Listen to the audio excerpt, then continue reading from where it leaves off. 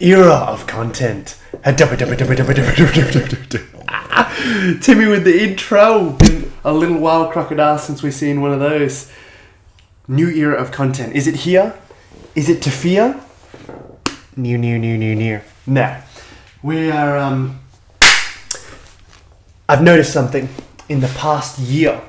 From talking to some business owners, content creators, they've said their content wasn't working as well. People that haven't changed their strategies to keep up with the times, so to speak, their organic content's not doing as well.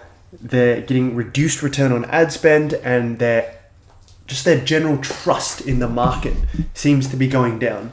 I love that dog, Mr. Osrama. Yes, sir. Love the dog. And what I've noticed, he's on the ground right now with the other dog. What I have noticed is, just from being in the weeds a bit, is that I just stopped to think, like, why is my content doing better than ever, performing better than ever by itself in a business context? Same with like clients across the board in our agency. I'm like, what's the difference? Like, what's the through line? Because obviously, you know, I love yapping and we love talking about stuff and thinking about things.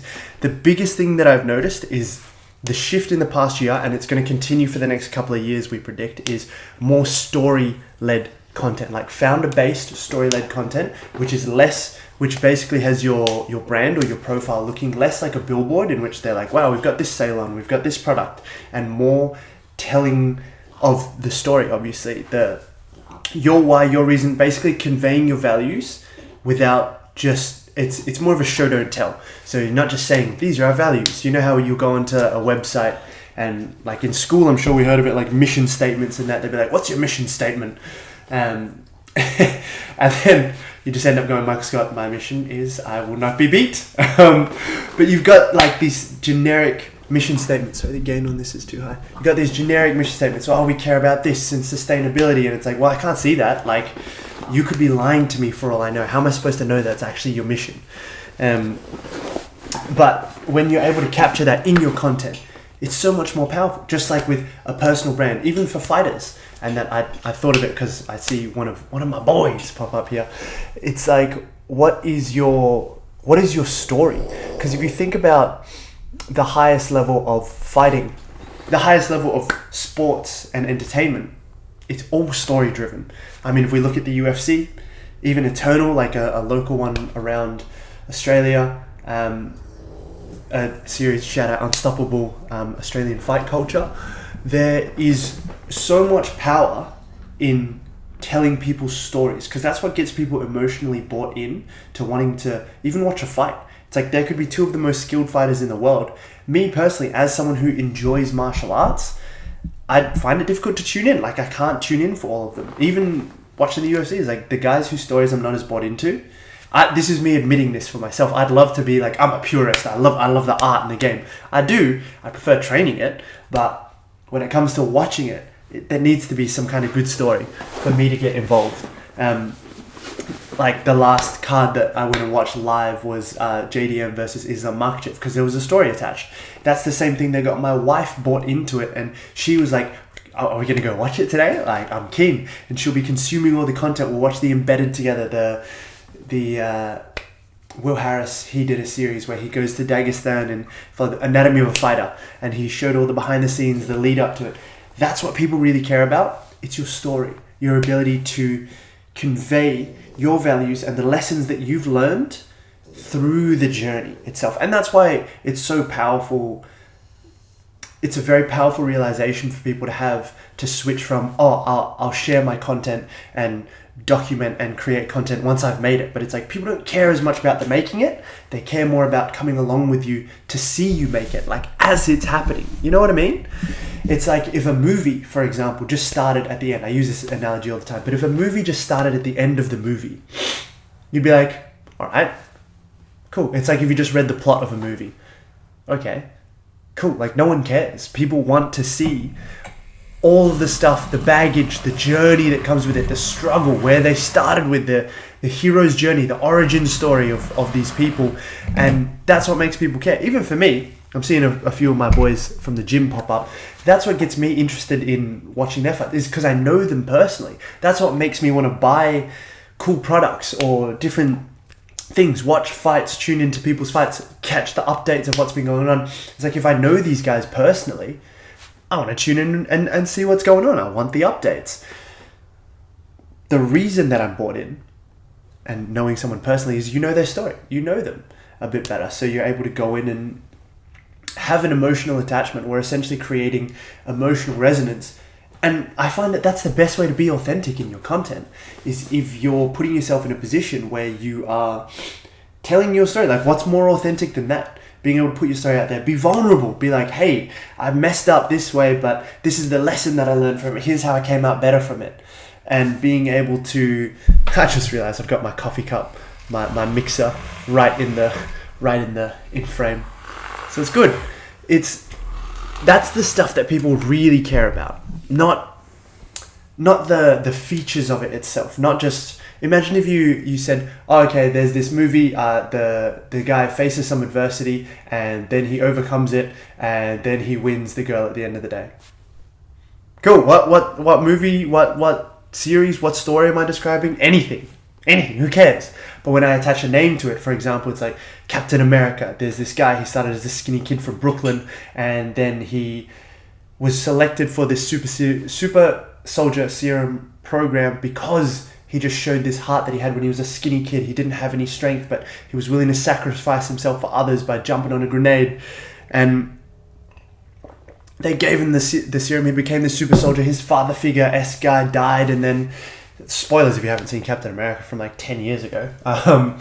But then he goes on this whole thing, this whole big adventure, and he's got to overcome these guys. Anyway, we could go more deep into that, but I'm going to start going off on too much of a tangent.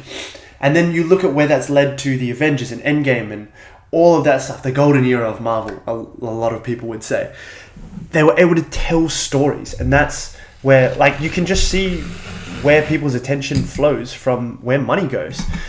So being able to see people go, oh, okay, I'm going to put my dollars to go watch this in the cinema, to go and actually have an experience and create, it becomes an event in which they want to see how the story unfolds. And that's a big part of it. So we can look at that and be like, okay, we're not necessarily making movies. My pants keep sliding all the way up, bro. That's on me because I just like fidget around so much. We can look at these and go like, okay, what are they doing that we can do? Obviously, we're not sitting down to produce 2-hour movies, 3-hour movies every day, but what are they doing that's really effective? And it's capturing their story in the content. So again, I've said it. And for you as like a business owner, as a founder, it's capturing, it's like they say, document in real time, the journey as it's happening, because that's what people really care about. And it's also the journey of what you've done up until now, how you started. Even if you think you don't have some kind of crazy journey. For, like, I'll draw on myself, for example. I don't have a crazy poverty example story. Like, a lot of the time, I forget that my parents are immigrants, if I'm being completely honest. So I don't really use the term that much. But it's like, I won't go into my wife's story, but she has one of those stories. And it's like, that's a really powerful thing that we can tap more into. But I don't have that story of that kind of crazier hardship and that, because my parents did a lot to provide that kind of life for me where I didn't have to have that. But my story is still, I've got a story in terms of martial arts, in terms of my business and how I came to study business, why I dropped out of uni for that. How I met my wife, how dancing and content creation and martial arts led to me meeting my wife, meeting and getting married within 5 months, how that led to her showing me a whole different world by way of me being a personal trainer. And in terms of my career, thinking, okay, well, maybe I'll have a little bit of an impact in the space, but now getting to have a lifetime's worth of impact in a day, by way of the number of people that I'm able to reach and get to see my content. But how I was so averse to online content and online personal training at the start. But then she showed me the way through her doing it, her leading. And I got to see that, okay, maybe I should listen to my wife. And then that start into online personal training led into, oh, what's up, Surreal? I'm not saying hi to anyone as they come in. What's up, everyone? What's up? Welcome. And J Nuts, if you're still here, and Jared, And yeah, that led to people being more, that led to me becoming an online coach because I had a proclivity towards it. And then my friends wanted to learn how to do that stuff. So I became an online business coach for PTs. And all the while I'm going on making content, learning to develop a personal brand and share what I'm passionate about, and I learn the lessons along the way. All of that's a story for me. A story of how essentially someone who comes from, I guess you could say, a middle of the road background is able to succeed. And that's unique to me in a way. Like, obviously other people have a lot of similarities to my situation, but not anyone has my exact unique story. Even with the getting kicked out of the first gym that I went to for martial arts because I started doing Muay Thai and Jiu-Jitsu. I started doing MMA essentially. And I actually got into the Muay Thai and the MMA in the first place because I was part of the leadership group there and I just wanted to be able to talk to them about it. They were into the UFC. We'd go over to these grown men, and I was like 17, 18. This is during 2015, so prime McGregor era. And even then, that's a story. That's why people were bought into it. It was the story, watching it unfold as it happened, the trash talk, seeing how the fight unfolds. But I literally just wanted to bond with these male role models that I had. I was like, okay, cool. You guys are into this UFC thing. I was a bit of a purist in that way. I was like, I don't like competition. I think this is too violent, but I'm interested in it. What's up, Athlete X? My name's Jeff. My guy. I've got one of your soaps in the back here. Wait, just quick shout out because I love doing this stuff. This stuff, I haven't used this one, but is so good. It smells really good. Athlete RX. Smells really good, and obviously I'm feeling much cleaner and that with it, and it's helping, no more staph infections. Anyway, my boy flew over here from Sydney to Melbourne to get some of that to me personally, the founder himself.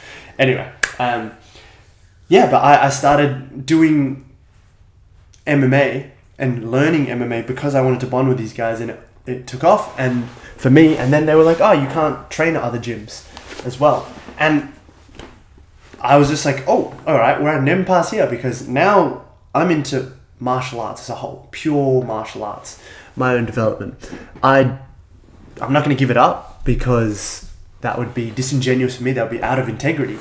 And if that's your policy, which I didn't know about, is to not have people doing that and training at other gyms, then you keep your integrity. I'm going to keep my integrity and keep training. Otherwise, I can't show up and train these kids and be like, yeah, this is my story and this is how I believe you should operate in life. If I'm not living that, people pick up on that stuff. So I was like, all right, I'm out. But they expected me to stay, to ditch it. And I was like, I just can't. But that led to me becoming a head coach at the Muay Thai gym that I was I was part of. And that's actually a big part of how I came to Christ as well. Because the owner of that gym, Fighting Power Gym, shout out, his glove is in the background there. My guy, Michael Joubert, I believe he's called Diary of a Muay Thai Coach. I'm just giving everyone shout outs today because I love it. Oops. This mic keeps picking up when I clap. Diary of a Muay Thai Coach.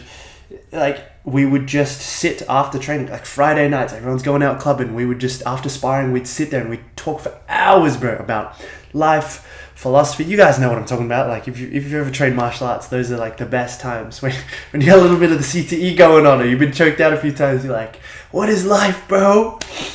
Those are just the best conversations. And he questioned me about what I thought about, because I wasn't born and raised Christian, what I thought about God and why I thought certain ways, why I didn't believe in God, or all these just really cool things. So to get to go to that story and how that directly links to my wife and meeting her, because it was a period of time where I had surrendered that stuff to God, and I was like, I'm just going to authentically be me, show up to everything the way that I want to be me, and put that out there through content, for example, being a tangible way of putting it out there, but also just through all of my interactions in life and the way I hold myself. That led to me finding my wife, her finding me, reaching out to me and messaging me, and then us going from there, and the way that we went on that date, and then the business story that comes with that. Obviously, the business story is one thing, and then getting our first house and her expanding my mind by way of, I was going to live in that house for years. And she was like, why? Like, is that you being intentional about what we're doing with our lives? And it was like, okay, maybe it doesn't make sense. Well, we use it as an investment instead. So being able to move out, live with her parents for a while, and like the work that we did on her relationship with them through that opportunity of getting to be with them, and how that actually came to a crossroads and we made ourselves homeless at the middle of a midnight on a Wednesday, and just decided to not have anywhere specific to live. And we found a place after like 10 days of not really having anywhere, and all of our short-term and long-term stays falling through. Applied to hundreds of places. It was a bad market at the time, as I was told by my mum. And she was like, essentially, I raised you wrong. What are you doing? Why are you doing things this way? Like, why would you do this? Throw so much of it away when you have it all. And I was like, because I'm going for something bigger here, and I don't have the time to explain it right now. I have to die to her expectations of me, because maybe she won't understand. She doesn't understand now. Maybe she won't understand in the future, but I have to do this. Like, I have to continue the path because it's what God's called me for, and living it. And even now, I feel like I'm skimming over so many details. But yeah, and then after we found that place, that was where 2 months later we made our first million. And that just led to the next things. And then we moved to Brisbane a few months, 7 months later. We drove across the country for that to bring our friend. She said, "What's up, Ollie?"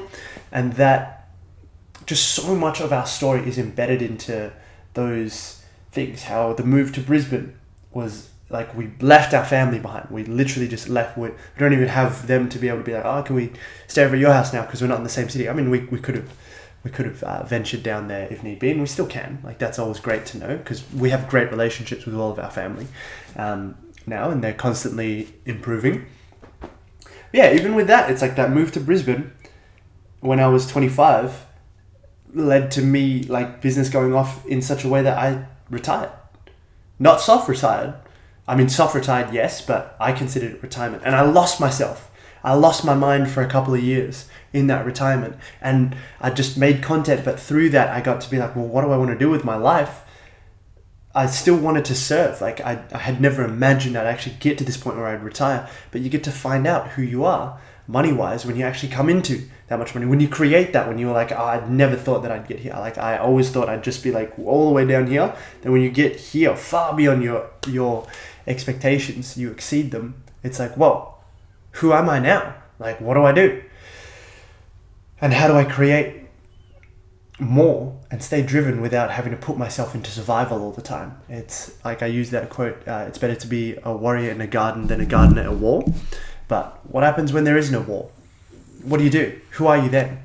How do you operate in life when you don't have to do everything out of desperation, out of survival?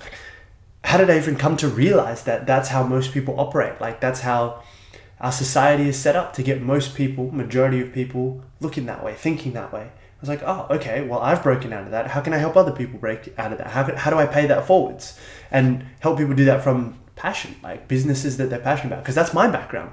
A lot of people be like, nah, don't pursue what you're passionate about. It doesn't make sense. I'm like, maybe not to you, but to me it does. I'm going to open a window. I'm getting warm here, bro. Getting warm. So it's like, how can you be passionate? And then people are like, oh yeah, you got to be a struggling artist. You're never going to make great money, like life-changing money, and set yourself up for life doing what you're passionate about. People are like, the struggling artist. But I was like, oh, okay, I've never found that to be the case. I've always had, actually, I feel an overflow of wealth. And my idea of that expands over time. But I'm like, how? I don't believe that. I believe that you should be able to make great money doing your craft, and you should be paid well and be able to set yourself up for life with it, because you're intelligent, you're intentional about it. What's up, Corey? That is such a powerful part of my story, because I've lived it, that I'm like, okay, cool. How do I transfer this knowledge to other people? How do I expand other people in this way as well? Oh, I just realized I can charge my iPad whilst it's up here, because I have a little hole in my desk. So I'm just going to do that. Don't mind me whilst I just keep chatting here. But yeah, that's such a... That, you know my name, now you know my story. That is, for me, a really big part of the spice of life. being able to convey your story in a way that's true to you, in a way that you enjoy and that you love, and be able to inspire others through that. Like, what a privilege, what an opportunity to live life that way, in a way, live life in such a way that your story, your journey, you sharing that authentically can inspire other people to do the same, find their own version of success through that. I think that's such a special thing. And being able to be part of that and inspire other people to do it and actually teach people and give people the tangible skills to do that for themselves, very special things. We're looking at a very special era, which is why I love making content about this stuff, because it's like, well, if my content is something that I've seen and heard firsthand how it inspires people to go after the real thing for themselves, bro, I've got to, like, this is just the calling, this is the mission, like, I have to make more content about this and tell people, like, through the journey, through the story, that it can be done, show people, and just do this thing, live this journey, share in real time, make the mistakes in real time, do the things that people are like, I'm gonna wait till I'm this successful first, because then when you get there, you're like, I'm gonna wait till I'm this successful, and it just never ends. So it's like, how do you inspire action in people? That's so much of it. So this is the new era of content, being able to tell your story in your way, and in a way that's going to convert meaningfully into business as well, because that's an important part of it. It's one of my values anyway. It's like, I believe people should make great money doing what they love, and it just, like, if you're not doing that, then it just comes down to a lack of some business skills, some business acumen. I'd say acumen more than skill, because I think acumen for me entails putting it all together. It's like the skill and the mindset. Yeah, and it's just such a profoundly impactful thing to be able to do, to share your story, because your story is not my story. I've got my story, and that's what makes me unique. And you've got your story that had its own challenges, its own lessons. So being able to capture that in the brand is so powerful. A lot of brands, for example, will be like, oh wow, we've got the best products, we've got the best material. It's like, people don't care about that much. They care about the story behind it. If you look at brands like Young LA, Gymshark, I guess. In my mind, they're like, yeah. Raw. I don't have a can of it in here, but like the bum nutrition, like C-Bum and that. It's about the story behind it. That's what people actually care about. It's like, brands aren't just brands. They're more like personal brands. It's more about the emotional connection that you create with your audience, with your customers, so that they're like, wow, this person is the obvious solution for this. And even if not, they're like, I'm going to tune out all the other noise just to work with this person because I care about them so much. And that's a beautiful thing, because they know your values. They know you essentially through the content, and they're just like, I want to get it. So it's finding different creative ways to do that. And as a result of that, that's the core of it. Tangibly, what I've talked tangibly about what that looks like. It's more founder-led content, getting the founder of the brand or faces of the brand in front of the camera, speaking about their stories, telling those stories, and then the products in that, for example, would be showcased as a byproduct of it. Like the way that I talk about our agency or the coaching that I do. It's a byproduct of the stories I'm not talking about. I'm not jumping on here doing a sales pitch for you guys and being like, my coaching includes this. I haven't talked once about like how often we do calls or like the features you get on the inside, which are fantastic, by the way. Like, you get some really cool, there's some great coursework in there. Yeah. Anyway, I haven't talked about any of that stuff.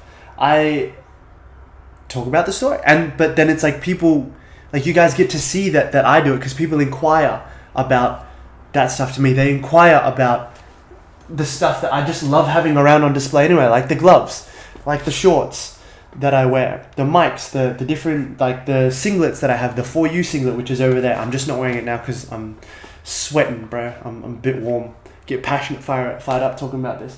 People just ask about all these things because You're doing your thing and telling your story, building that trust between you and your audience. And by association, these brands, these products, these services, whatever it is, get lumped in with that. And people are like, wow, I trust that brand now because he trusts that brand. You know, it's normal. It's not even like there are no tricks here, no games. This is just like how we work as people. Like, I trust people more if my wife is like, I sign off on this guy. Or like we just got a dog trainer for Timmy. Look at these guys. They're just splooted out on the floor. 2 splooters. Yeah. Anyway, we just got a dog trainer for Timmy, and it was literally like my wife found this lady, Jess. I can't remember her brand name, but shout out to her. I'm going to pull it up now, actually. But my wife found her on Facebook, was able to go, oh, okay, what do I like? Do I like the look of this person? And do I want to work with her? But she just sent her to me and was like, oh, what do you think of the vibes of this person? Because that's very much what we go on. I didn't look at any of her content. I literally just looked at the message, pray about it, and be like, yep, she's good. But it was Daywalker Dogs. So it's at Daywalker Dogs. Yeah, cool. She's Jess, and she's in Melbourne, so she's fantastic. But yeah, it was literally just through talking to her that I was able to know her story. But it was, sorry, I was talking about the association. The loafs. Yeah, the loafs. They're on it. Funny boys. It's literally just through talking with my wife about it that I have so much trust in that person. I was like, well, if my wife has like brought this person to me, I'm going to trust them that much more because of the association. Like I said, association through shared values. Like, my wife is the ultimate example of those values in a relationship. But brands, stories, products, whether it's a product or a service, it's superfluous. It all works the same way. It's all a thinking man's game. Everything works the same way at their core. Business, creating content, marriage, martial arts, physical training, staying in shape, your walk with God, they all work the same way. There's a golden line, a through line, the golden thread rather. Is this the core, the essence, the love, the feeling, the story behind it? That's how it all works. I'm just going to show these guys as well. These are my loafs. Them's my loafs. And yeah, getting the whiteboard in there a little bit, showing our plans. But yeah, it's just such a great way.